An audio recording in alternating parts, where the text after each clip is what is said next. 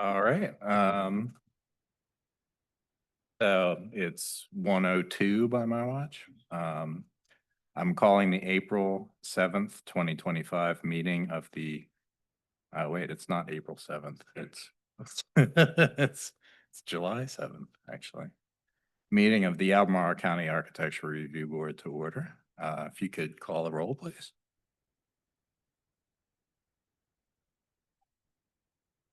Oh, I'm sorry. Mr. Henningsen, Here? Mr. Hancock, Here. Mr. Mitsuno, Here. Mr. Vanderwerf. Here. Mr. Stoner is absent. Thank you. All right, thanks. Today's meeting is a hybrid meeting. The public may access and participate in the meeting electronically. Instructions for doing so are posted on the Albemarle County website at the Albemarle County calendar. The public has real-time audio-visual access to this meeting over Zoom and real-time audio access over telephone, both as provided in the lawfully posted meeting notice. This meeting is being recorded and will be made available on the county's website. This meeting is a public record and subject to disclosure under the Freedom of Information Act. All speakers, when it is your turn to speak, please first state your name for the record. Applicants who are making presentations, note that your presentation is limited to a total of 15 minutes, which you can divide among your team members. Staff will let us know when the 15 minutes are up. If applicants in the meeting room have team members attending virtually who will need to present, please make that known when you come to the podium. Everyone who is participating virtually, please mute your microphone until it is your turn to speak. Do any A or B members have anything to disclose? No. All right, great. Me either. Are there any members of the public that want to make a comment about a project that is not on the agenda for review? Good afternoon. Neil Williamson with the Free Enterprise Forum, a privately funded public policy organization focused on Central Virginia's local governments. Today, you're going to be discussing wooded buffers. There are 2 points in the wooded buffers discussion that we find interesting and would appreciate your conversation on. The first is the understanding that the development area is less than 5% of the land mass of Albemarle County. And any wooded buffer that's required, any wooden buffer that is required, takes up space that is not available for housing or commercial uses. That being said, it's a balancing act. As you all well know, the challenges of placing stormwater retention areas and the inability to plant wooded buffers within those stormwater detention areas per county code. It is a balancing act that I hope you will consider. The second point is one that doesn't come up that often, but it does come up, is the VDOT trees. You're often asked by some to ignore the fact that trees exist in the VDOT right-of-way because, well, the applicant doesn't control the right-of-way. There is logic to that. There's also logic to say, hey, there's a tree and it is serving a buffer function. So considering the first, it might be advantageous to at least provide some level of discount for those VDOT owned trees in the buffer. They could go away, I understand. One thing I've learned doing this 23 years, VDOT and mostly the county doesn't do anything quickly. So I think your tenure is probably fairly secure that 64 won't be widened in the next 20 years. But that being said, I look forward to your conversation. Thank you for the opportunity to speak. All right, thank you. Are there any other members of the public that want to make a comment about a project not on the agenda? No, sir. All right, great. We do not have any consent agenda items today. We have one regular review item today, which is ARB 2025-13, Hyatt Studios final site plan. Chris? Yes, good afternoon. The application review today is a final site plan and architectural design for a 4-story hotel.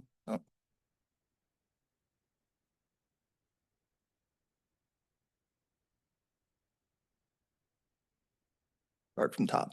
The application under review today is for a final site plan architectural design of a 4-story hotel, which includes surface parking and related site improvements. Subject properties are located on the south side of Route 250, west of the Hanson Road Route 250 intersection. Site plan has undergone several reviews by the ARB, which most recently provided comments on an initial site plan and preliminary architecture in September of last year. Architectural design remains mostly unchanged, except for the elevation facing the entrance corridor, which now features a brick stair tower instead of hardy siding. Additionally, a second bay of windows and a ground level canopy have been added, along with double storefront doors replacing the utilitarian door. These changes help mitigate the elevation's back of building appearance and reduce its mass. Regarding site landscaping, the interior parking lot trees remain too close together for optimal tree health. Trees are shown over a sidewalk, an existing stormwater pipe, and no landscaping is provided at the base of the lower retaining wall along the western perimeter of the site. Staff recommends revising the landscape plan to provide sufficient spacing for the interior parking trees, eliminate tree and utility conflicts, and provide plantings at the base of the north and south ends of the retaining wall along the western property line. Staff recommends approval of the final site plan with the revisions listed in the staff report. I'd be happy to try to answer any questions. Thank you. All right, thanks for the presentation, Chris. I guess we'll start with Dade if you have any questions. Thank you for your report, Chris. No questions. Right, Tara, No, thank you, Chris. Frank? I don't have any questions. Thanks. Yeah, I'm sorry, I don't have any questions either. So if the applicant has a presentation, now would be the time.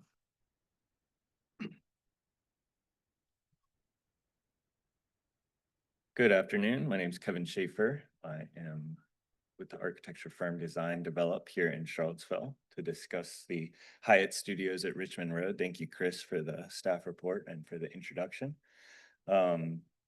It's been several times that you've seen this project in front of you, so I just wanted to sort of summarize the process. If I could figure out how to move the PDF, maybe a keyboard.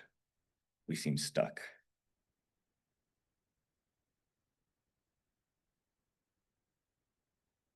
Give it a minute.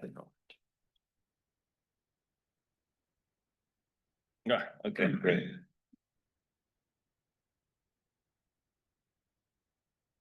Okay, so the top image was from our August 5th submission of last year, where we were able to have a preliminary discussion at a September 16th hearing. Some of the images may look familiar because we were able to take staff's comments from that initial submission and that initial review and start to try and apply those at this the September 16th meeting. As Chris mentioned, those revisions included the addition of this new canopy on the entrance corridor facing side, as well as the revision to an all brick tower here, the addition of the new storefront windows in an effort to make this appear more entrance corridor facing. There's also some additional rules added in terms of the use of brick along the base, and we have interjected a wood-like material anywhere there was covered by a canopy. The rear patio also was in need of a lot more articulation and sort of fleshing out, and so that work has been done in this latest submission. And one of the big moves is the area of the rear patio is clad in the same brick that is found on the first level masonry and also on that north side stair tower. The retaining walls that flank either side of that rear patio are in the retaining wall material, and that sort of helps distinguish this rear patio as part of the building as it comes out. There's also been a lot more thought and consideration given to the railing and the furniture on the rear patio and this canopy element as well. The previous scheme had sort of undefined landscaping on the rear as we were really looking for sort of architectural feedback.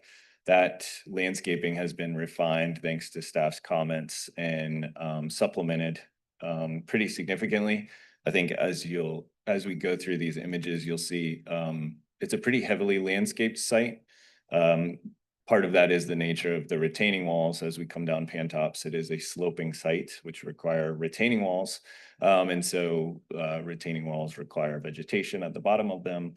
But also is just the matter of entrance corridor screening and an effort to sort of visually layer this building away from the road, which I think the entrance corridor plantings as well as the interior parking lot plantings do a good job of. So this is the trees located and probably after several years of growth in here, but we did want to show that with and without the plantings. It is a well landscaped site. This would be eastbound on 250 headed up the hill. This is the Honey car dealership right here, and some pretty significant screening here as well. Additional screening was added sort of, I won't say at the last minute, but after review of staff's comments and staff's concerns regarding retaining wall visibility.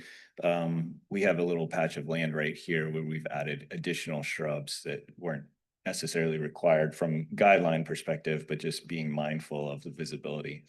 As you come down the hill, the planting along the entrance here and specifically what staff is calling for now will go a long way in continuing to screen that.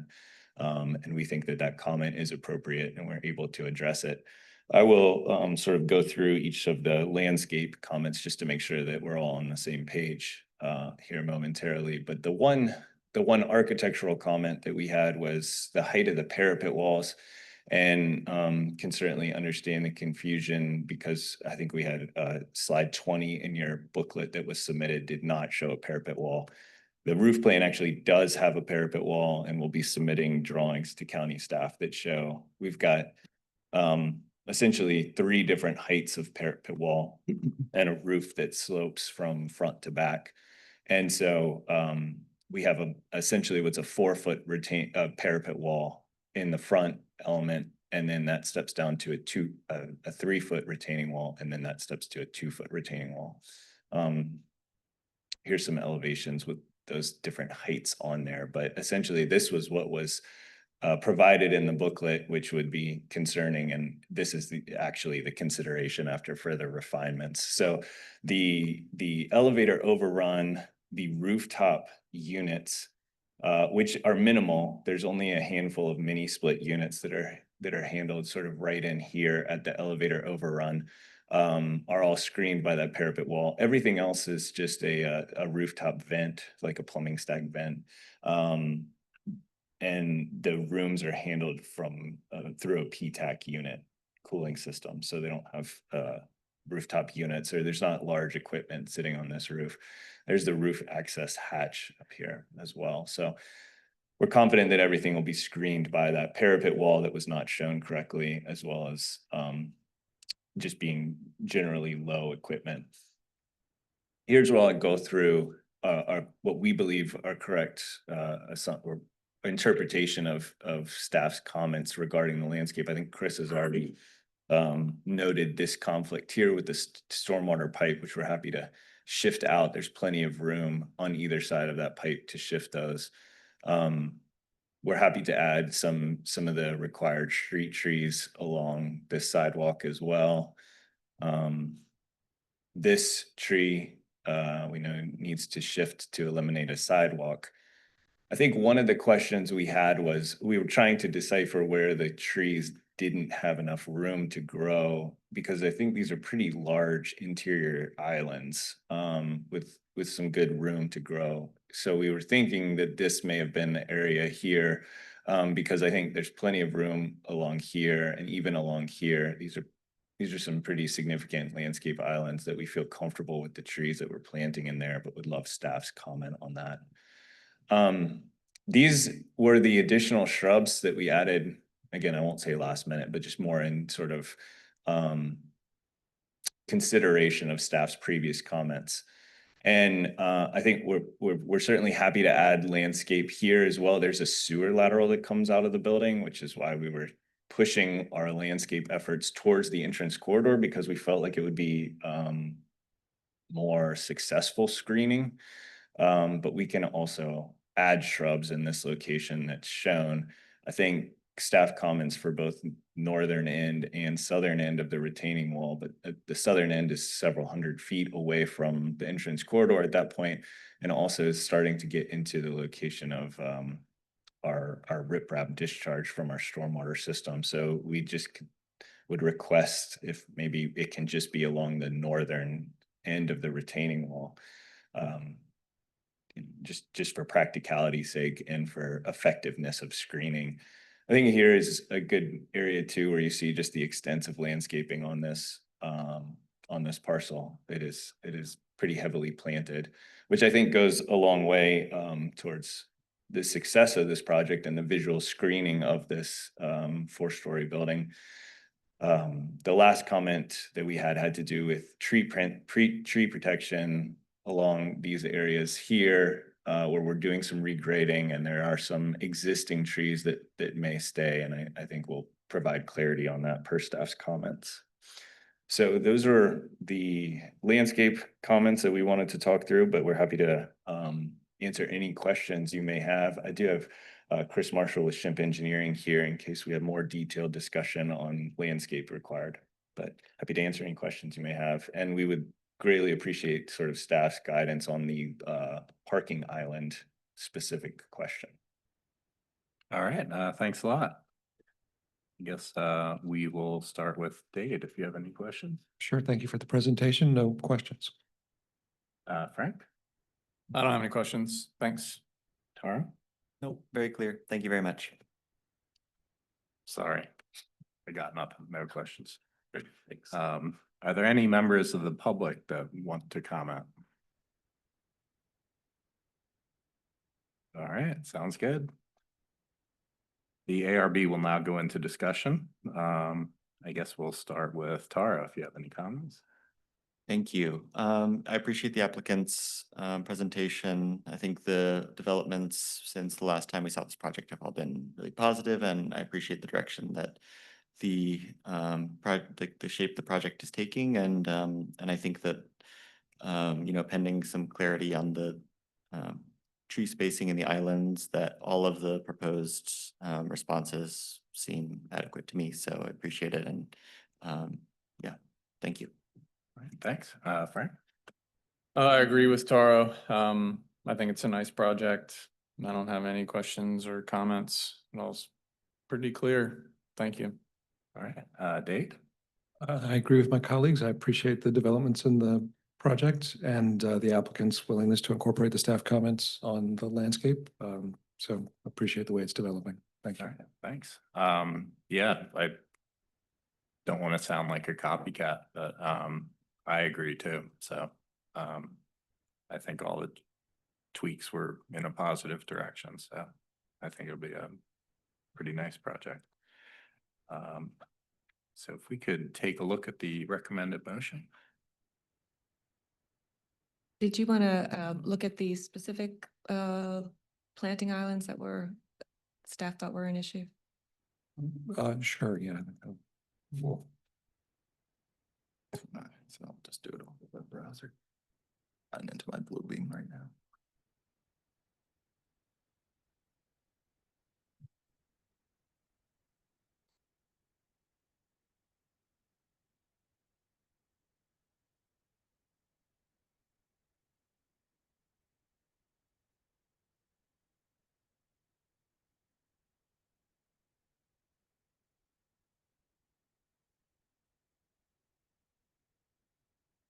So based off the tree species, the large trees, the willow oaks, and yeah, they're all large deciduous trees that staff was pointing out, more so these islands and lesser extent this one and this one here of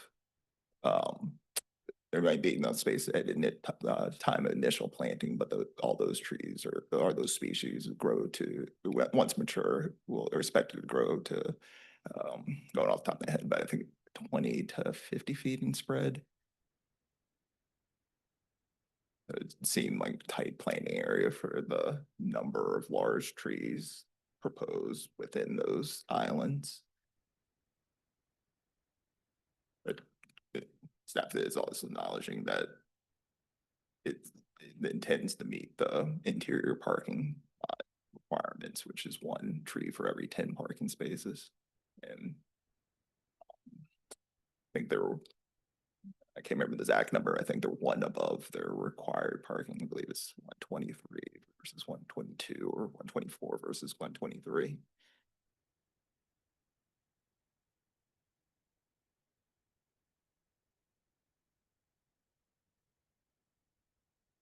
I don't know if we might defer to Frank for his knowledge as a landscape architect. I don't know. Sure, I mean, I think, those spreads and mature heights and a lot of times are under ideal conditions.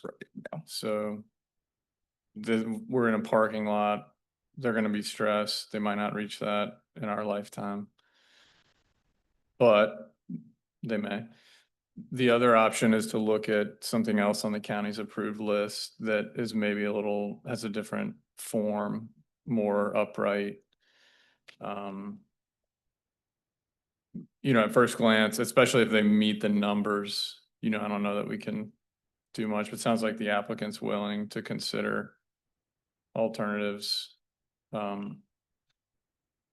this point, I don't want to dictate what species, but Yeah, I think the question would be, do we do less trees, which doesn't seem desirable, or do we switch to a more upright, narrower tree, which I think is an option.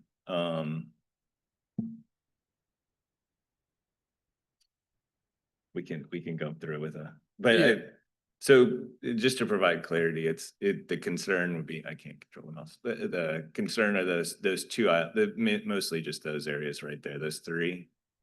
Oh, and those 3. So part of that is, clearly we're getting pinched on the, with a stormwater, structure that's happening in that island right there. But it seems like maybe just a species substitution in those areas that is less spread. It's fine. We don't particularly feel compelled to reduce the number of trees. yeah, Okay, all right, that provides clarity. yeah, I think more moving forward. trees is better for screening and for, And I guess just a left field question, the very narrow triangular portion of the island leading up to those 3 trees in question, is there any portion of that that would be of sufficient width to receive one of them and maybe alleviate the concern? you saying move one of those, yeah. since there's 3 in the island 3 in the portion, island, yeah, if there were or in the one, end of the parking, right, yeah. move one of those to that sliver. Yeah, it makes sense to me, if there's room. I mean, it is a linear, it gives more room for the roots to grow. If it has that linear Hmm. kind of, I don't know the width. If it's like 3 or 4 feet, it should be fine. Okay. If you We move can- one of those. Yeah, we can look into if there is around that storm structure, if there's room to shift one of those down. Okay, thank you very much for the clarity.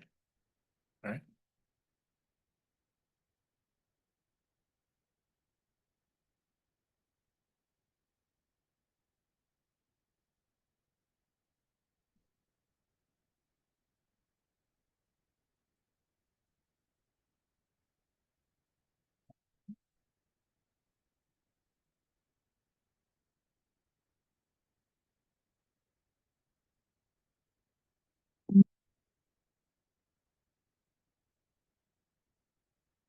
So the staff's recommendation is for approval with the conditions listed here as in the staff report.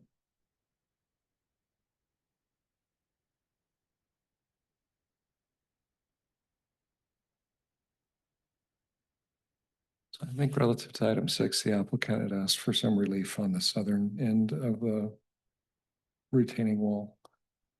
in terms of the shrubs near the riprap. To clarify, So item 6, it says incorporate trees and shrubs at the northern and southern ends of the lower retaining wall. I think the applicant had requested some relief at the southern end of that wall relative to the riprap. It is very distant from the EC, as the applicant pointed out. I don't know whether others. I agree. I kind of feel like the projection of that patio kind of would block the view of additional plantings there anyway. Right. to clarify staff's perspective on that, their perspective wasn't provided in the package there, but we're interpreting the viewpoint from the entrance of Honey Car into the parking, through the parking lot. And so but most times cars are parked there, but without knowing what landscaping on Honey Car site versus what landscaping's on the site to be, it's hard to interpret how visible that southern portion of that wall would be. So Right. that's why the comment was made.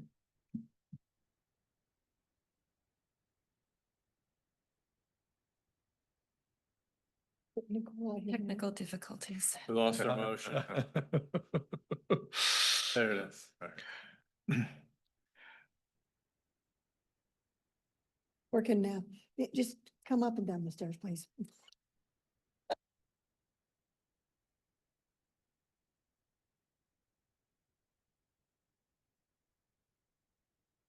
All right, any additional tweaks? No, All right, if anybody feels like making a motion, that would be a good time. I'd be pleased to move for approval of the certificate of appropriateness for ARB 2025-13 with the conditions listed in the staff report as follows, as originally presented, with one revision to item 6, strike after the word northern and southern, and change the plural ends to end.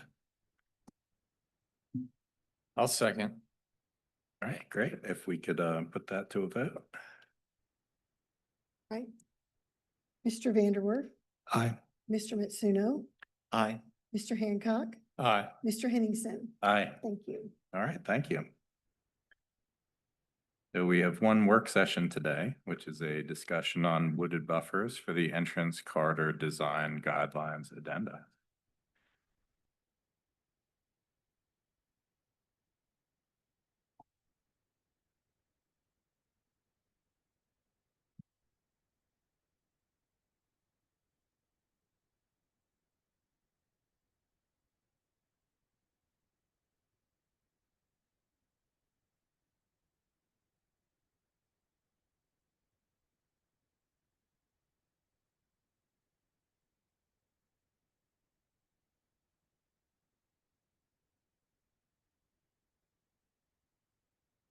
Not me. Okay. It's just moving slow today. Okay. Good afternoon, everyone. We're excited to be back and continuing work on the entrance corridor design guideline addenda. This is our first work session following the development of informational sheets on each of the entrance corridors. And our topic today is wooded buffers.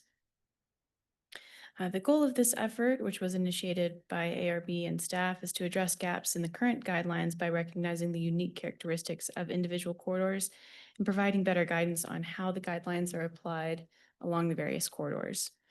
Our current work on the addenda includes general editing by staff.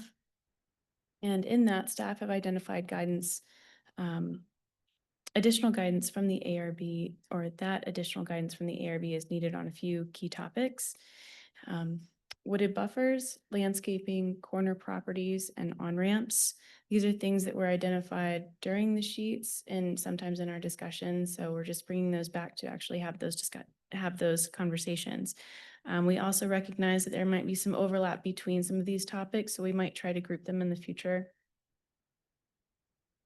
So getting into today's topic of wooded buffers, there are two key issues that we see. The first one is that wooded buffers are frequently referenced throughout the addenda, but wooded buffers are not all the same. There's a general lack of distinction between the buffers that define the character of a corridor and those that are simply a byproduct of underdeveloped properties. The second one is that wooded buffers expected to screen or limit visibility of some new developments are proving ineffective. This could be due to factors including topography, composition of the buffers, or location of the buffers within the right of way. So as described in the memo for this work session, the addenda could provide better or greater guidance on where wooded buffers should be maintained or continued and how consistency should be evaluated. To help with this discussion, we have offered the following questions. We'll go through each of these questions individually on upcoming slides. So I won't read them here, but I will read them on those slides. So the first question is, are there corridors or portions thereof where deep or dense wooded buffers should be maintained? Staff's recommendation is yes, there is. And I'd like to stop at this point to see if the ARB agrees. And also recognizing the points made by Mr. Williamson, as you can see from staff's recommendation for Route 250, there may not be a propensity of entrance corridors or segments thereof where wooded buffers are important or appropriate to maintain, given additional considerations of zoning or expected land use. So rolling back a bit, if this was a yes or no question, are there corridors or portions thereof where deep, dense wooded buffers should be maintained?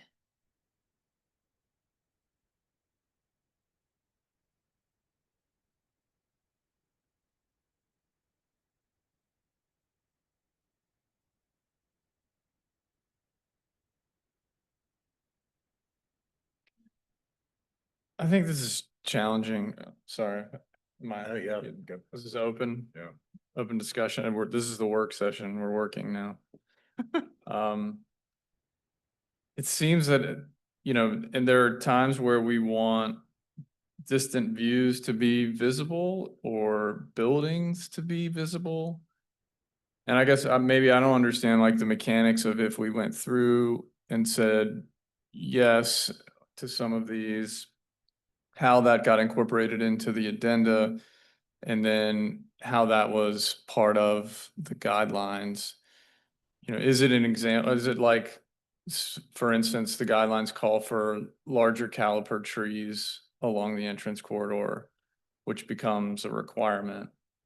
If we go through this and we say certain wooded buffers are required and we come up with a distance or a depth of buffer, and does it then go into the guidelines as similar to the larger caliper tree example? Like, is that the vision for it? So it's complex, right? So I think part of it is acknowledging that when we did the evaluations of each of the corridors, a lot of times wooded buffers was written down or noted as like, this is a quality, this is what I'm seeing along this corridor. There's a lot of it. We're asking for greater detail and okay, there's a lot of it, but is it important to preserve? Is this a defining feature? I think like John Warner Parkway is an example of, well, maybe yes, that is important to maintain. Or even Route 53 by Monticello and Carter Mountain. There are different places where it might be appropriate and it might be a defining feature. So one is acknowledging what's there, and we're asking for greater specificity on okay, it's there, is it important? The second aspect is we get rezonings all of the time, and ARB is a reviewer of that. This would give greater allowance for greater guidance to say a wooded buffer is needed on this rezoning, and just give more weight to that, because it's not just a comment, it is in a document that has been approved. I think the third aspect is getting to your point about, what is really the guidance going to be. And I think in terms of will we prescribe a 3.5-inch caliper at planting large tree along the length of this? I think that's actually getting to a update to the entrance corridor guidelines themselves. This document is more so supposed to comment on what is consistent and important to maintain. So it's, I think Just less of a lighter. requirement. So it's say, okay, we've identified this is a key feature of this specific corridor. You know, if you're looking to do development in this corridor, we recommend you focus on preserving or maintaining. But there's no requirement that the developer comes in and keeps 100-foot buffer. No, that wouldn't be so much a requirement. I think the guidelines state that it should be consistent with the local context, and there should be consistency along the corridor. That's often language that we're using in our staff reports. So I think it would more so fit into that bucket of, is it generally consistent, but there could be differences. But Margaret, do you have anything to add? So I think you're right. In this, the work we're doing now with the addenda is to identify those key features. This work is intended to inform a future guidelines update, and that's when we would get into the detail of how, what needs to be, what level of detail needs to go into that and what exactly it means. But right now, it really is about identifying key features. Okay. Thank you. That's helpful. And thank you for that context and for this work session. I'm looking forward to delving into this topic. I think this is a great summary of the corridor, the different segments of it. And I think while we're going to be focused on wooded buffers today, I think the question that it's raised for me is that actually there are probably a number of different landscape types or characters in the county. The wooded buffer is one. And it may be helpful to further expand the vocabulary of landscapes and typologies and characters that folks should be striving to maintain and be contextual with. Our specific authorization, I guess, is for architecture, but we've also acknowledged through our conversations that so much of what defines the county's character and the architecture is the landscape. So without expanding the scope of today's conversation too broadly, I hope it's the beginning of maybe talking about the various landscape characters and how they can be maintained and development within them can be orderly and attractive. Yeah, I think identifying our assets and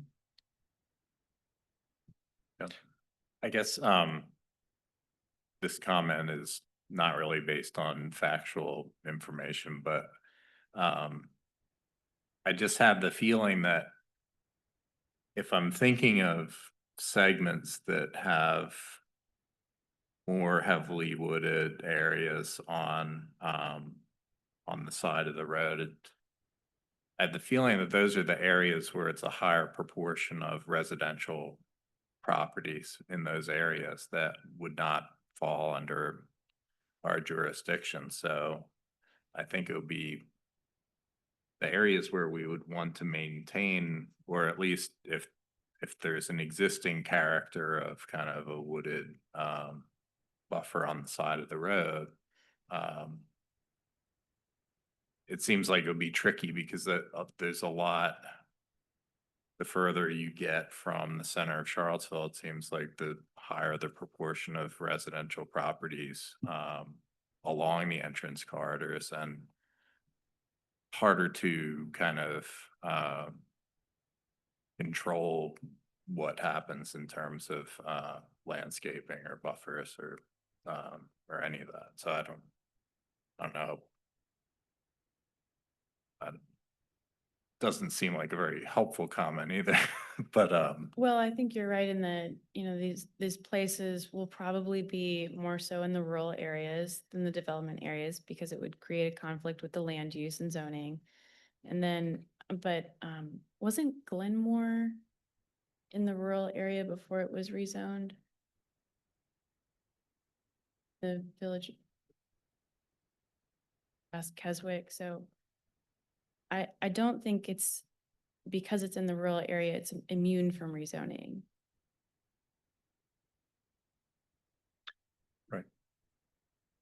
Sorry, What- within that perhaps, Mariah, there might be a pathway to require buffers, even if properties or uses aren't subject to ARB review. If this became, if the buffers were more than a guideline, but a zoning requirement. Can you repeat your question? In terms of mechanism, as Chris points out, we don't have purview over residential development along entrance corridors. Is that correct? So I guess in terms of any regulatory vehicle or pathway to influence the character and development along entrance corridors in uses not subject to ARB review, what would a pathway be? There could potentially be pathways to that. It's hard to speculate on Okay. what or when, but I think it is beneficial to identify those features along the full length of the corridor, just because we don't know exactly what's going to happen in the future, and it could inform other decisions that are being made along the way. Right. I might be wrong on the history of Glenmore. I wasn't here for it, but I think it's an example of where we have more dense development surrounded by rural area.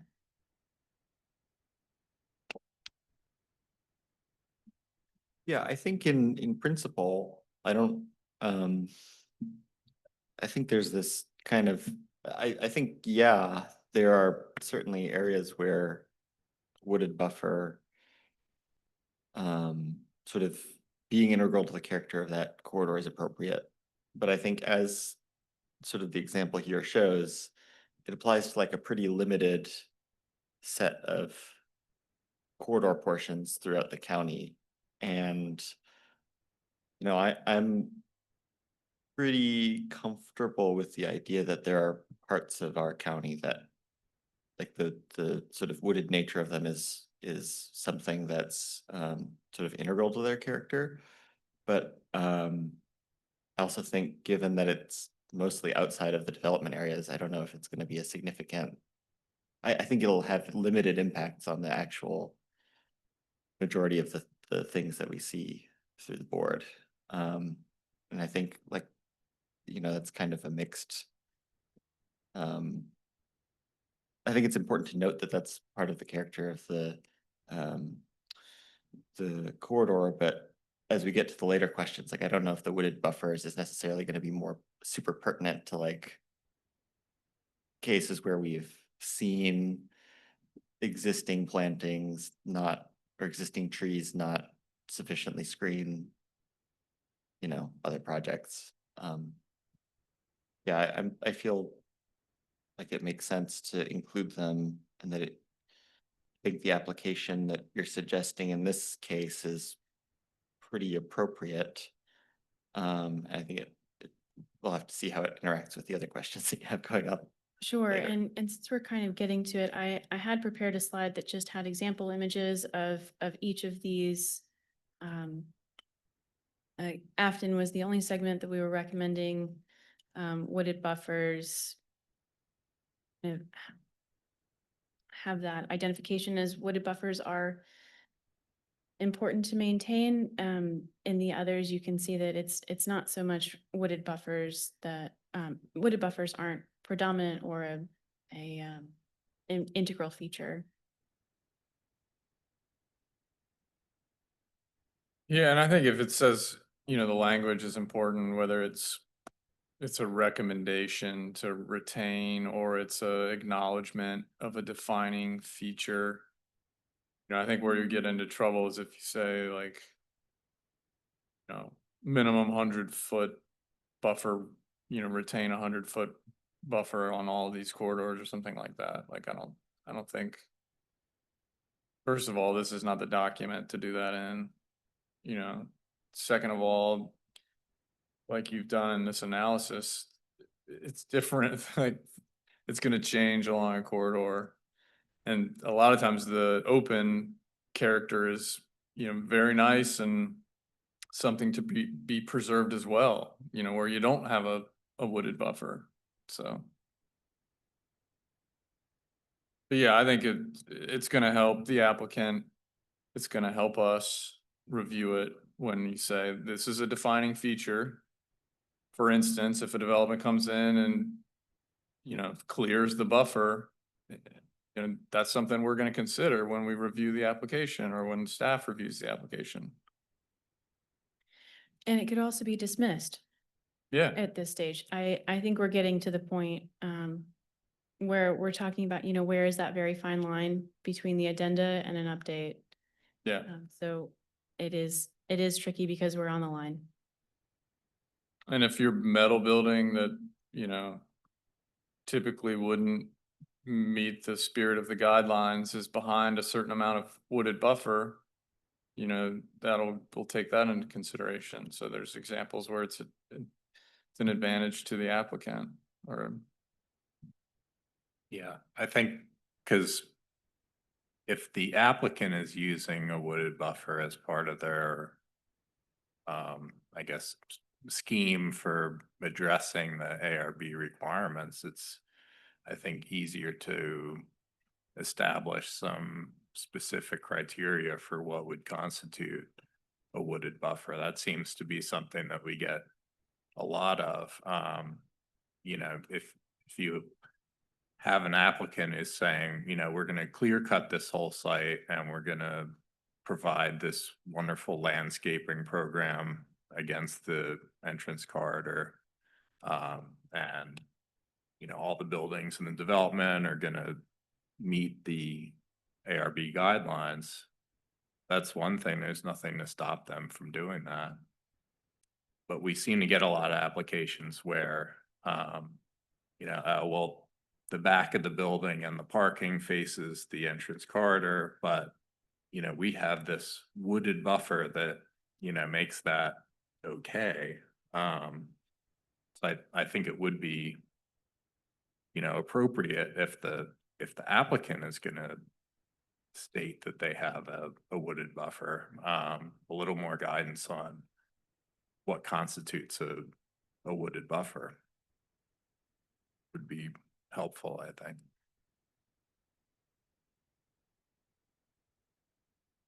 So is the general consensus that agreement with staff or something else? It seems like it's a general agreement with staff, but some like approach it carefully. Agreed. Yeah, I think acknowledging it as a defining feature in certain segments of a corridor is the exact spirit of what we set out to do for this document.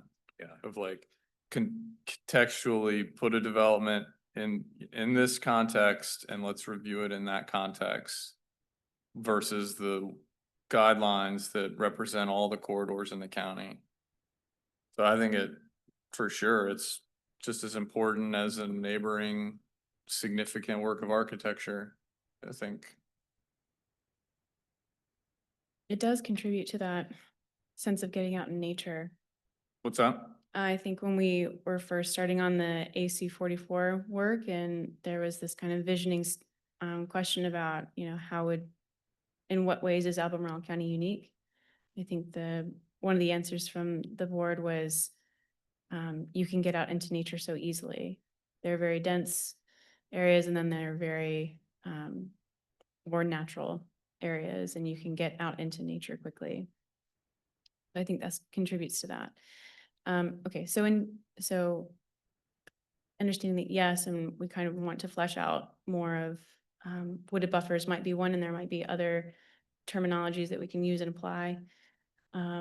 Is this, if we went through one corridor just to test it and bring you an example of the way we're thinking of evaluating these corridors and if wooded buffers should be maintained, we can continue to do this format if it's helpful or something like it, or if it's not helpful, we can also do something else. So was this helpful?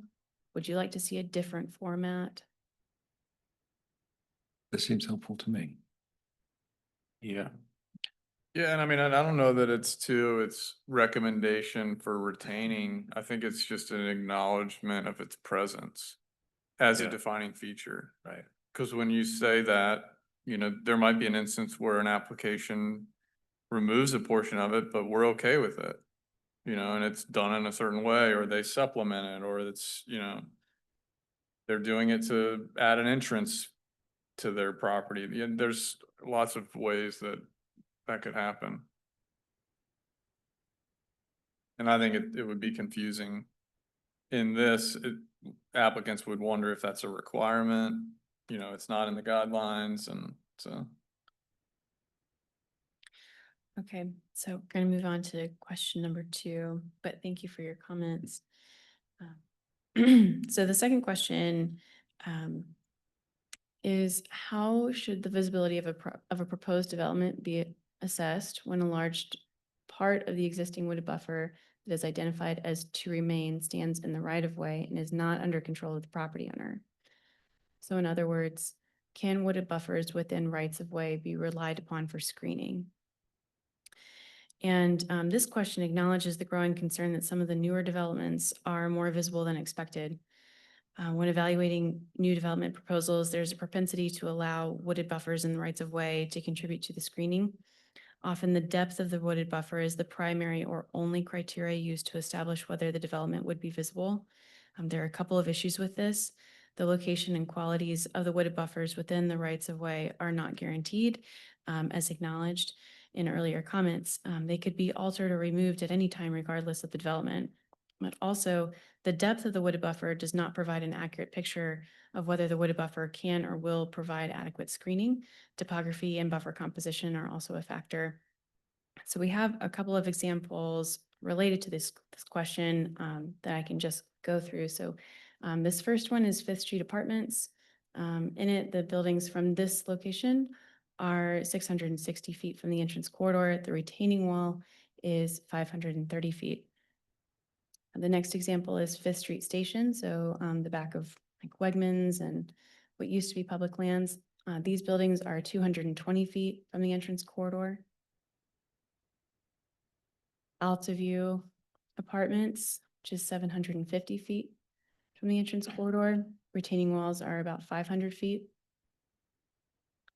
This is Old Ivy Residences, which is currently under development. The proposed buildings are 75 feet from the entrance corridor.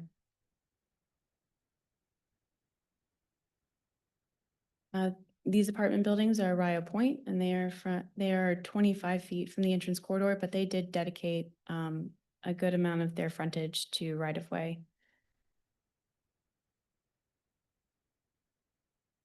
And then Brook Hill might be our last example. The apartment buildings are 66 feet from the entrance corridor. The wooded buffers were maintained and they were 70 feet in depth. And there are, in the top right image, there are moments where the wooded buffers are very much limiting visibility. And then there are other times where the development is visible.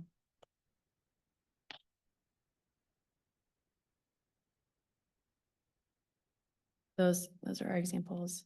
So this is along Route 29, John Warner Parkway.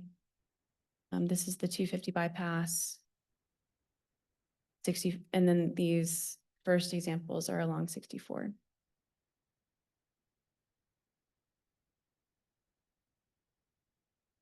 So thank you. It's very good examples and a good question. I think for me personally, based on the experience over the last few years, I don't feel like we should rely on buffers in rights of way for screening. To the extent we're considering them to as a way to mitigate the impacts of the architecture or to maybe not scrutinize it or the landscape associated with the development as closely. Because I don't believe they've been particularly effective, and frequently in some cases the rights of way have changed, or proposals to the changes have occurred within weeks even of when we reviewed an application. The Old Ivy Apartments, I know just shortly after that, VDOT came out with a recommendation to change the on-ramp and the exiting lanes between there and Darden, Leonard Sandridge. So I think the other thing about wooded buffers is that I think for me personally, in order for them to be effective and for us to really be able to rely on them as a mitigation measure, I think it would be, I think we should consider requiring documentation of the planting within the buffer. Because I don't know that without that, there's really a mechanism to, to assure in the same way that we do with a site plan that the development continues to be in compliance.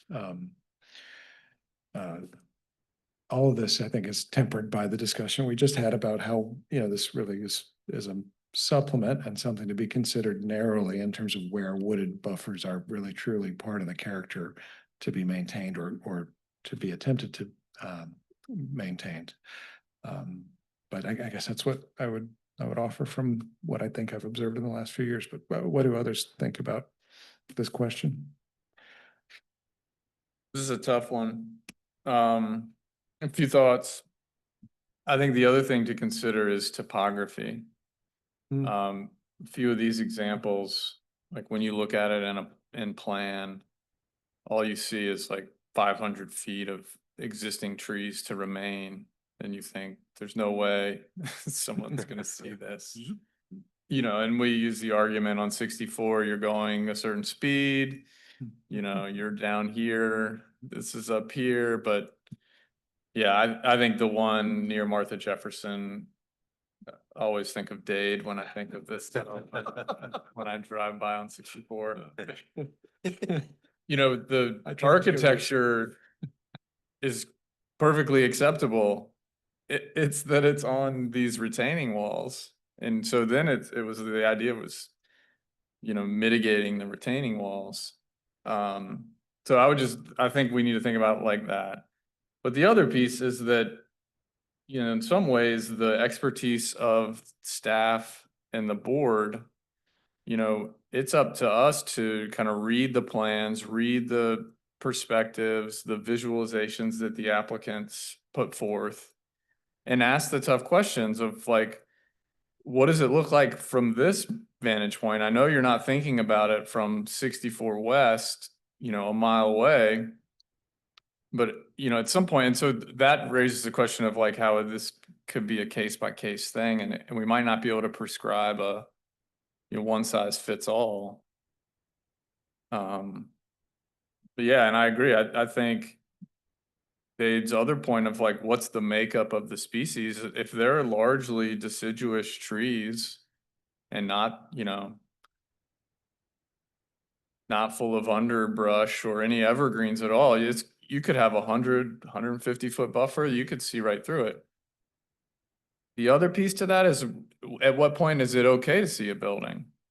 There's a lot of buildings we want to see and that are architecturally very nice and then contribute to like signs of life. Yes. If we go around with the blinders on and all we see are vegetation, that's tough for wayfinding. That's tough for a sense of what is this place. So this is a difficult one, but I agree that we've had some recent applications that brought all this to light, and I don't think I helped anything, but I just added some more commentary. Yeah, I think actually going through it's interesting to see the varying degrees of success of some of these. Like some of them, I think this is part of what's tricky about the wooded buffer is like the worst outcome in some ways is like nothing gets built in this buffer and the buffer doesn't hide anything, Yeah. Whereas like, yeah, it's like whereas like, I think some of the later examples, they did still, the wooded buffer is integrated with some other plantings. I think like Rio Point is a better example, right? Where I remember reviewing planting strategy alongside that kind of, The multi-use path, right? Was that the comment of like they gave right away for the multi-use path? Yeah. yeah, like I think That's this a one's a good lot point. more, this in combination with the topography is a lot more successful. And I feel almost like the existence of the wooded buffer, like looking at these examples, I'm more inclined to discount the wooded buffer. But I think in the cases where we have a development that's in an area where, development should be like, I think it's appropriate for development to be happening near a highway exit or on 29. Like those are very, so the outcomes could be, can be or are improved a lot by the landscaping that's closer to the buildings and closer to the elements, even though like their distance from the corridor might not always make us think that they're going to have such an impact. Like looking at the ones off of 64, like I think seems like it might not even necessarily be, I think that one's a tough one, but like Fifth Street Station and the Fifth Street apartment complex, like I think I'm not entirely sure what's going on, but it feels to me like greater attention to landscaping near the building and the parking areas could have a much more impactful way of helping this to fit into the corridor than like the degree of to which this buffer was maintained or not maintained. That's a good point.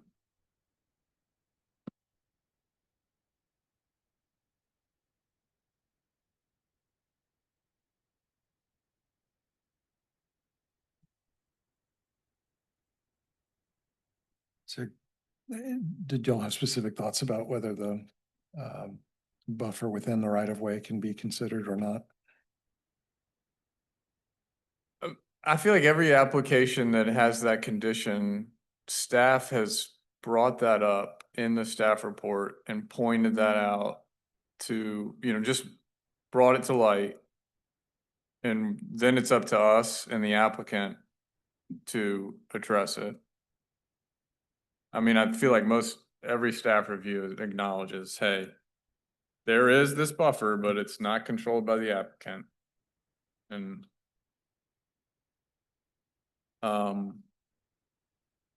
I do think it's a factor, though. I think we consider it. I mean, I think it's worth considering, but,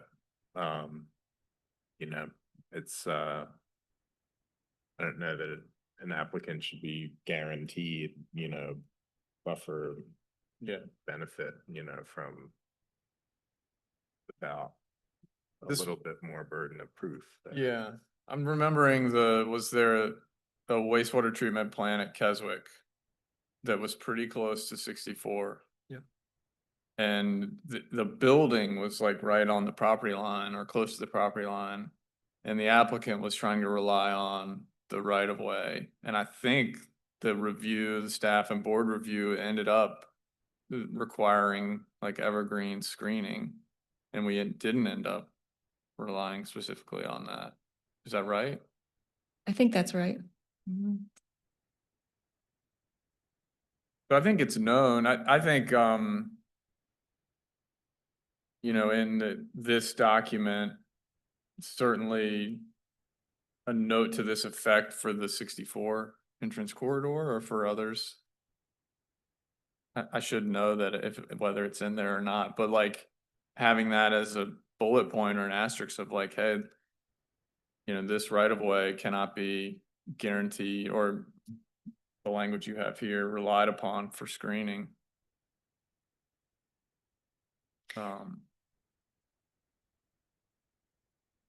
Thank you.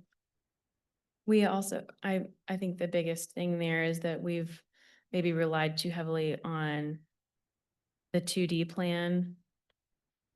And there's just so much topography in this area that really more information is needed, because as these examples point out, you could very well see something from the vantage point of this is 1,000 feet from the property line before the retaining walls start. But then the successful ones were 25 and 66 feet away. So it's just, distance is just really not the criteria to use. Yeah, and I think Dade's project, the wall it's what you would see like for a Lowe's or like a giant pad site, and it doesn't feel like contextual in any way or like light on the land, and I think that's the struggle. So I think it's worth noting that for the proposal 29 North, Neil, I'm sorry, say who you are. Neil Williamson with the Free Sorry. Enterprise Forum, the Brook Hill development the majority of what you see is in the VDOT right of way.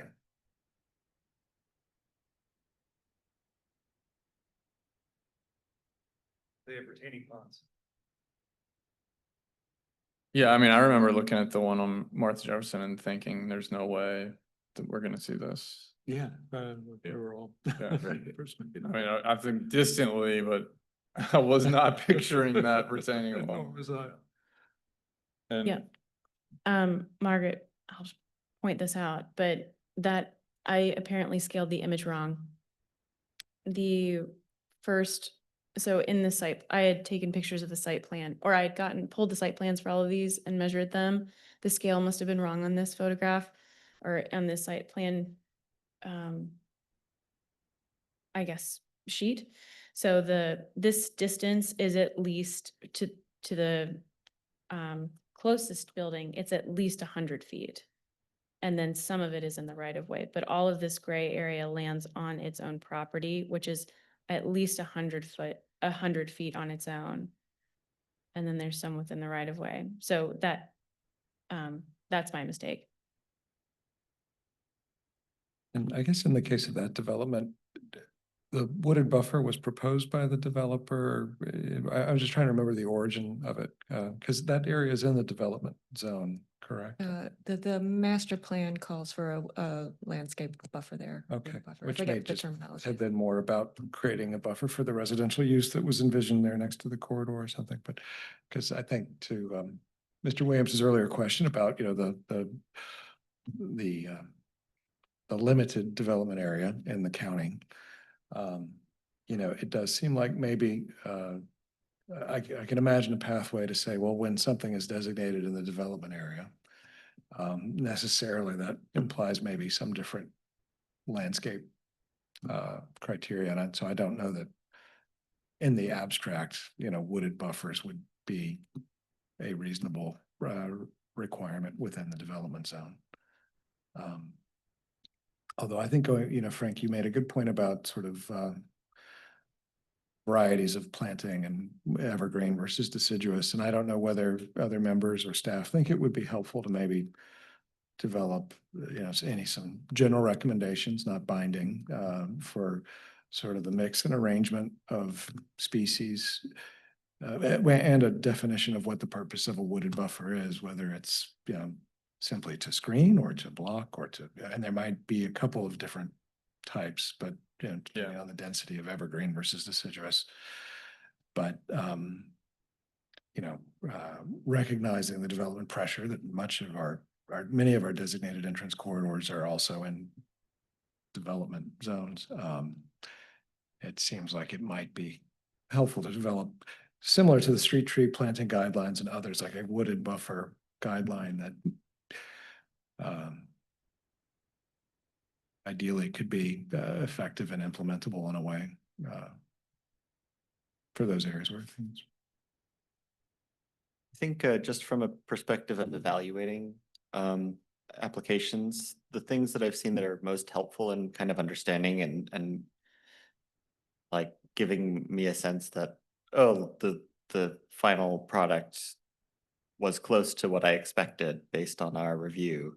It seems like it's best if the things that we're reviewing are really like a perspective of the development of just the buildings, and then a perspective of the buildings and the proposed landscape. But, and I've found in my own work too, that representing existing landscape is like very, very difficult to do in a way that's faithful to the landscape and that actually lets you see what's happening. Like the photo collage doesn't tend to work super well all the time. Modeling the elements that are existing is also not very accurate typically. But from me sitting on the board looking at the proposals, like just a sense of what the buildings that they're proposing, and then the plantings that they're proposing on separate layers, like is, I feel like the best thing to go on that I felt more solid on once things actually go into construction and are put in, because otherwise it's actually like from the perspective of someone trying to produce drawings like that, it's really hard to represent accurately. And so I feel like that's the best path for us to go on. This is really getting into our third question, which is what details or information should be included in the addenda to help identify when a wooded buffer would be consistent with the local character or context. And I offered this list below, not as a recommendation, but just as kind of fodder and possibilities. And the image to the right is an example pulled from the internet, and that's actually their code. So it could go into something, this is from a form-based code in Aurora, Colorado, where they do actually prescribe plantings and depth and composition. That is a zoning code, not a entrance corridor guidelines.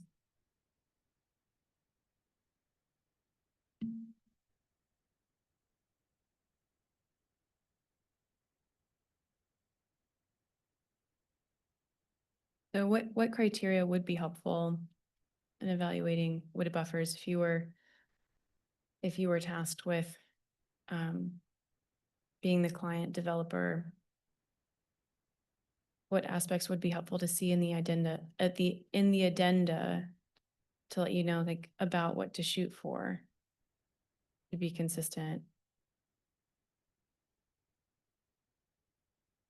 Those seem like good ones that you started with the Yeah. list. And there might be a variety of depths that, I don't know, you have a buffer type 1, 2, 3, depending on the level of opacity and separation. But being like the idea of a matrix of the number of trees per lineal foot, density and distributed, it seems like a nice way to still require a certain density and type, but leave it open to development. I was kind of thinking it would be, since some of these would be on segments, I was kind of thinking that a range would be good, or would a single number be better? Should it be an average? How would you report that number? The depth or, yeah. I think it's project specific. I don't know that we would dictate it. I think the key in this diagram is the 50% evergreen, if you're using it to screen anything.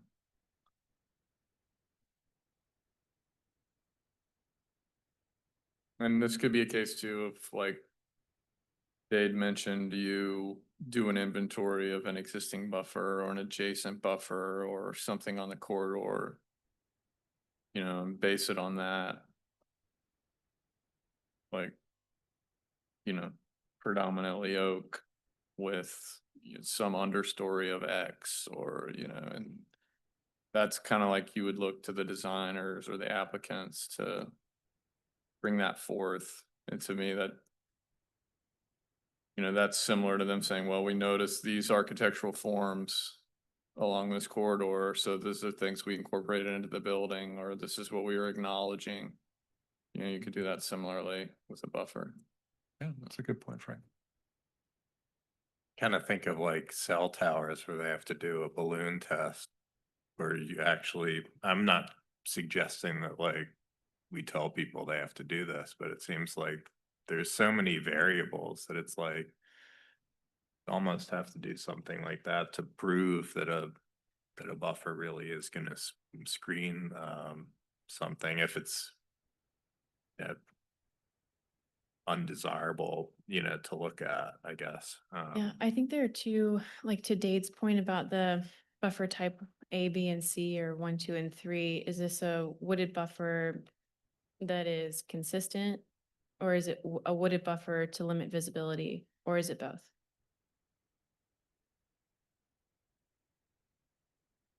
Because when driving across or around some of the like Route 250, 29 bypass, when you start to get into that O Hill region, it's when you're going towards Route 29 up by Barracks, you start to be able to see through the woods pretty easily, but that's almost a defining feature itself. And it's okay that there is visibility through it.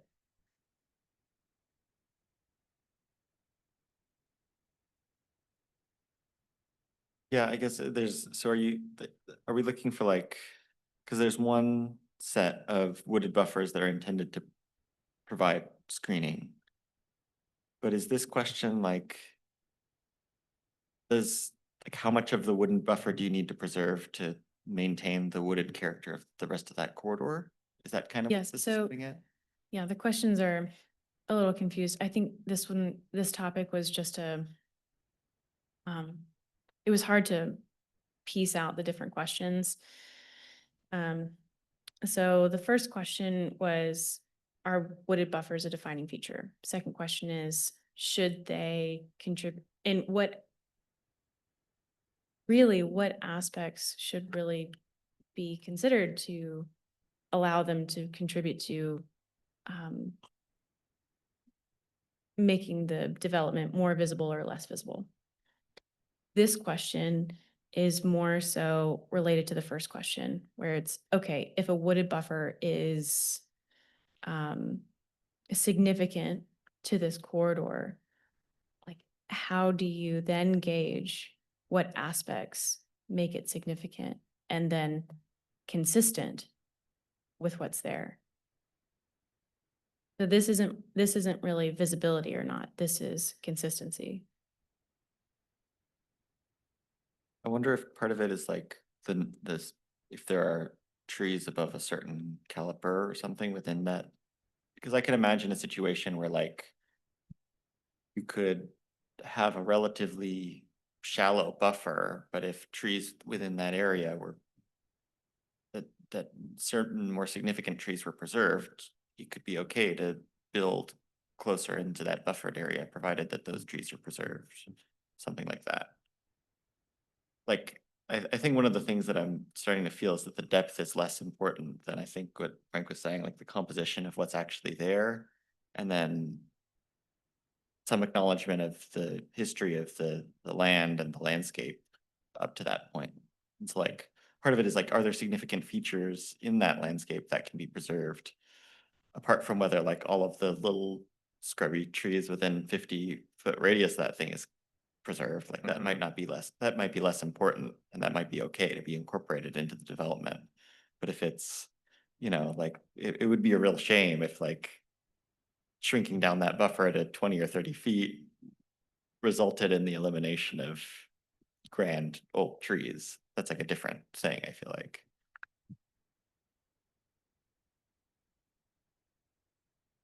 In terms of the case of the Fifth Street extended, the Fifth Street station that's visible from 64, was that development was not subject to any ARB review, or was that elevation and the portion that faces 64 subject to ARB review?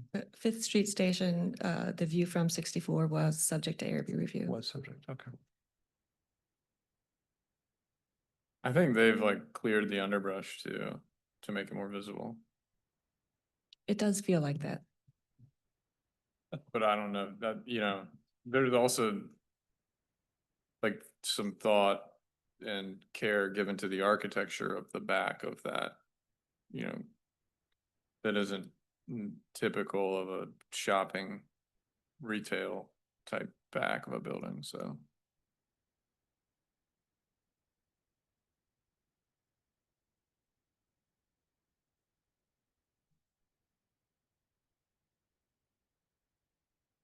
We have a couple of things. Are there any others that would be helpful for a future applicant or ARB member to evaluate or have available?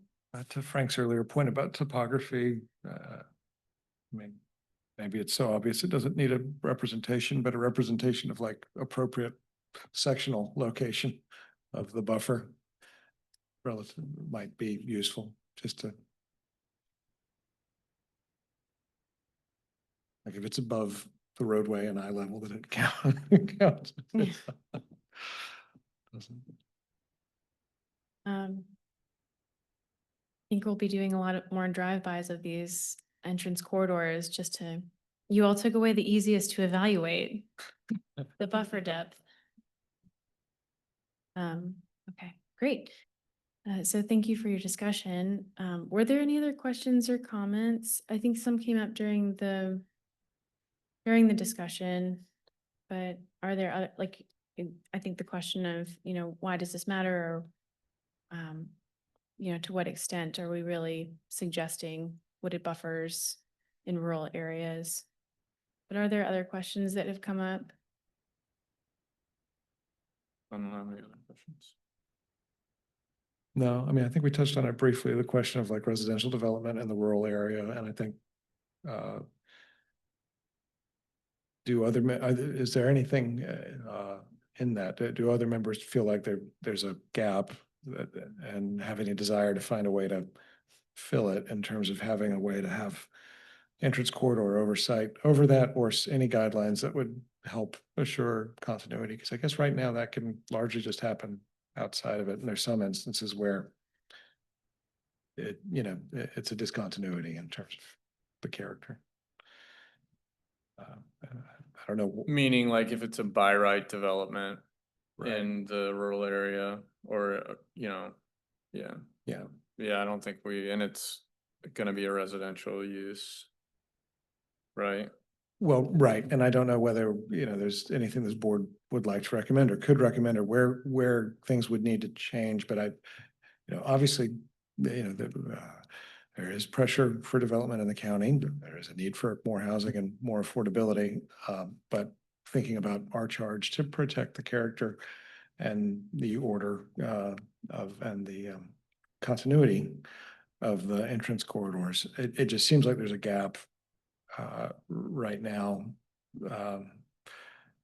where residential development along the corridors could gradually erode and significantly change their character without the chance for the board to continue the influence that that we're charged with exerting over them more generally.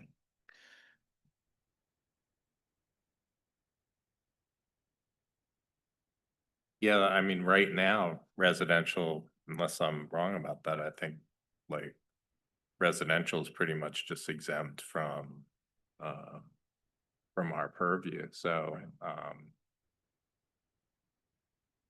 don't know, that's kind of a difficult situation. is, Like, yeah. as an architect, I would like there to be some oversight, but I guess as a citizen or property owner, I might not there to be oversight. Right. So it's kind of Yeah. I think politically it would be a difficult, kind of an uphill climb to try and get that Right. included. Well, I agree. I see the same conflicting perspectives and the same political stakes. I don't know if it would be worth in some form identifying it as a gap and something to be addressed. It would be like, so for example, we've been talking about wooded buffers. If there were an area where a wooded buffer was a character defining feature, would the board recommend that somehow zoning or another ordinance be amended so that even by right development needed to respect it so that that continuity was maintained? I don't know what is the pathway? That would fall not into a guideline amendment, but it would need to be a recommendation or a consideration from the board to planning commission or You'd have to amend the overlay, like the Yeah. entrance corridor ordinance. I mean, that would be. right. It would be an ordinance change. Yeah. Some of those issues were identified in the draft chapter that, Yes. in the comp plan chapter. So those concepts are there. I guess it would be maybe up to each of us who, if we so felt inclined to speak to our supervisors or others to try and raise the concern. Okay, thank you. Well, next we have a treat for you. We are working on, as we're working on putting all these into a document that also has an introduction, we have a table of contents. Yay. Oh, boom. So this is the reference map table and table of contents that goes with it. We thought that being geographically minded, it might be helpful to have identified a map where things are organized by location so that if something is, if a property exists at a corner, if it's a corner property, they would be able to very easily, the user would be very able to scoot just a couple of pages to see all of the information that they need. We also have this, the table of contents organized by route number and by street name.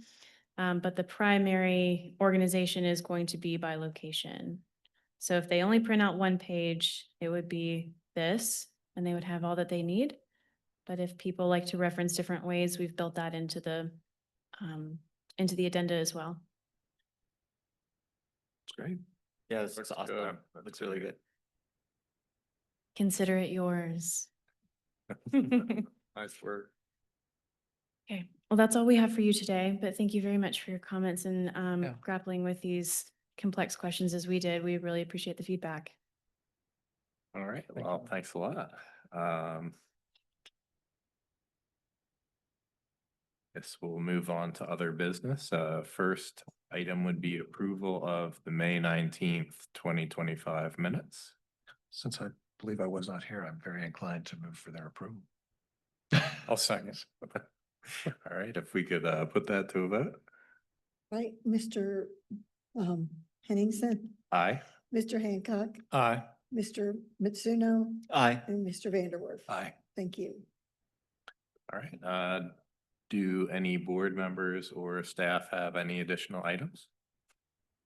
We do, yes. We wanted to bring to your attention that there were some recent state code changes that went into effect on July 1st that have impacted our review times. They have reduced the review period for plans and plats from 60 days to 40 days. We think that this is going to primarily affect ARB reviews as they relate to initial site plans.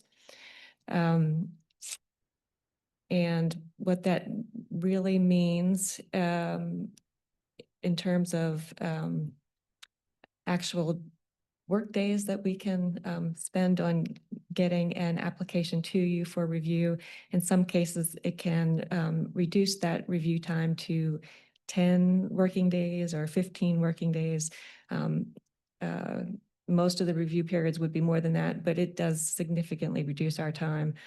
Our question for you is, would you be willing to add meeting dates, add additional ARB meetings on Mondays? If we could do that, it could help our, it could expand our review times, make those a little more generous. We wouldn't necessarily need, well, the easiest thing to do would be to have a potential for ARB meeting on any Monday afternoon and just cancel when we don't need them. I think most of them would be able to cancel, but it's harder to get you all in at the last minute rather than much easier to just say there's a potential meeting and cancel it. So just looking to see how willing you all might be to add some meeting dates. And if you want to think about it for a while. Is the thought, it would be a standing every Monday? That would be the easiest to do. Everybody would know, okay, it's a Monday, there might be an ARB meeting. Yeah. And when we would know, weeks ahead, if we needed to have it or not. I'll just speak personally on, given most of the meetings are pretty short. I mean, I guess you're assuming it would be a 1 or 2 item meeting, usually like, but it would, it would allow staff to like meet those new deadlines and the applicant, everybody to keep things moving. Yep, exactly. I don't have any issues with that. But that's just me. Yeah, no, I think, I kind of agree. It seems like just more a matter of keeping Monday afternoons, like, open calendar wise. With the expectation that a lot of them are gonna be canceled and how much lead time do you think we would have to know whether or not a meeting was gonna be canceled or not. So we're looking at every Monday as a submittal a deadline. So, so every Tuesday, we could let you know, whether that corresponding meeting date would be needed or not. So it would be weeks. Could you remind us of the virtual attendance option? You can do it twice a year. Each board member can utilize it twice a year. You have to have a reason, like, it can't be just because you don't want to come in. But I think we You're also have to sick have a or in-person forum. Something to that effect. as We well. have to have an in-person quorum. Yeah, you do have to have an in-person forum. Yeah. I always have to have at least 3, but you can only get 2 a year, so. And is that requirement for the in-person quorum from state code or county code, or is that just the Yeah, I think it's Privilege the of the board. state code. State with code. the- For the Zoom meetings, you have to have an in-person quorum. Also makes it tougher if I have, say like, if there's 5 of you and 3 of you want to be on Zoom, it makes it tough when you want to talk about a specific slide, Yeah, because we can't do that. yeah. Yeah, it can't go back and forth, so that makes it tough, and really, we have to have a quorum in person in order to have a meeting anyway, unless it's a full Zoom meeting, and we're not allowed to do those anymore. And then, I'm just thinking about the logistics of having a quorum. So is it 5 members max, minimum? Like, is it always 5 members on the architectural review board? Yes. And then if you only have 3 here and somebody needs to be recused, maybe on both items, then you're not gonna have a quorum. As long as There's you one start the item meeting in- with the quorum. If there's one item and if there's only 3 in Yeah. attendance, and one of the 3 has to be recused, we can't do it because we don't have a quorum. And technically we do, but we don't, because we don't have that 3rd person to vote in person. Yeah, it seems like it'd be easy, like I'm personally okay having more meetings on my calendar, that's okay. It's just, yeah, the quorum issue, I'm kind of wondering about, because sometimes we even with our every other week schedule, we like occasionally have moments where we're like, oh, crossing our fingers that are like Right. three members are gonna show. I And can if send we you have, calendar invites. I can send you a yearly, for the planning commission, I send them a yearly calendar invite, so it shows up on your calendar whenever the meeting is. I'm glad, I'll be more than happy to do that. If, if we go to every Monday, or even what's left for the year, if we don't go every Monday right away. I'll be glad to set up a email lets you know, and then I can just cancel it there, and I'll also email you and let you know it's been canceled, but if it's been canceled, I'll just delete it. It won't, it'll come off your calendar. yeah, I guess I'm worried on the other side too, like, so that you're not, you, like, I would appreciate knowing, but also I would just worry that, we don't get in touch with you fast enough for the date. Right. I just need to know by Friday morning if you're coming or not, because we wait till Monday and then we have to open the meeting and then cancel the meeting, because you can do it, but they don't really like us to do that. Right. Yeah. Well, I guess to that point, like, so we are a 5-member board. There's like an like, I'm just curious, like, that we don't have to, I don't think that this should hold up us putting in more meetings, but like, is there like an alternates policy or like increasing the board or something like that would help with meeting quorum? If you increase the board, you're gonna have to have more people here in person. If you Yeah. say you're 6, you're gonna have 4, always. Yeah. I see. 7, you have to have, 4. five. Would it make a substantial difference if we went to, as opposed to 2 a month, 1 every 2 weeks?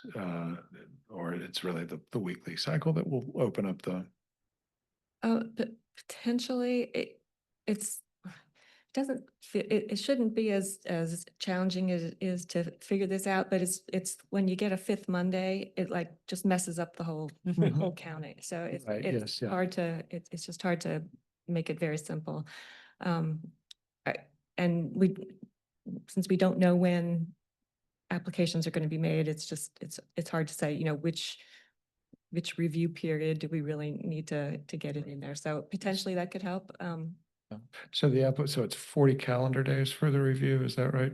Or 40, yeah, so the application and the application is the date that it's logged by the county or that the applicant postmarks it or, The date that it's submitted is the application date. So, and it is 40 days. We're talking primarily about initial site plans.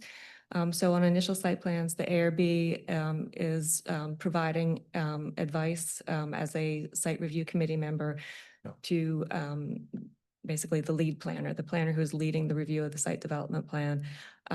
So that planner has 40 days to get to take an action on that.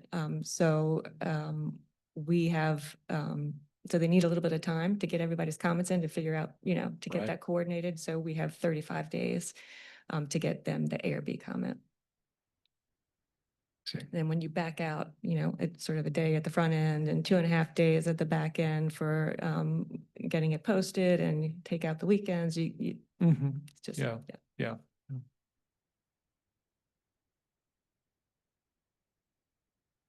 Well, good. I think like fellow members, if it were a standing reservation on Mondays, I think that could work. And especially, I guess, working with the assumption that as we've been able to cancel a number lately, it would still remain roughly, you know, 2 meetings or fewer a month.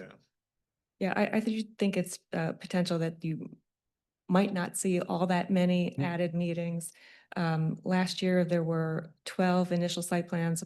I think that it's that category that's going to be the real issue of getting that done in the shorter time frame.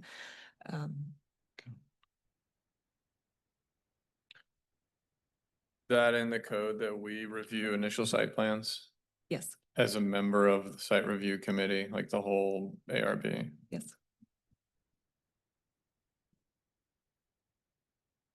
I guess if we have items before other boards, it's good that the review time, like I'll benefit from the review time being shorter, so I'm happy to give some of my Mondays to potential additional meetings. So that, in that perspective, I think it makes a lot of sense.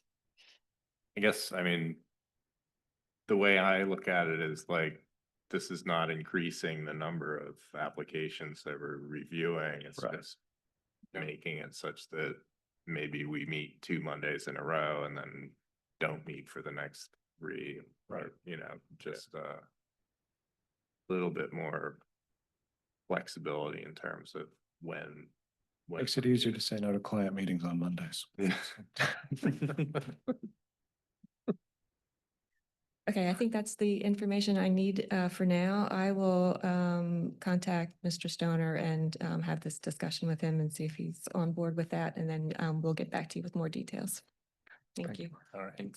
Thank you.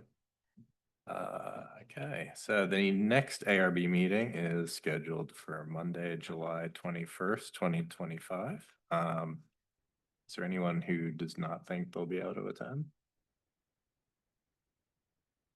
I'll plan to be here. All right, so it seems like we will have a quorum. So in that case, this meeting is adjourned until our next meeting on Monday, July 21st, 2025. It's 2:40 by my watch.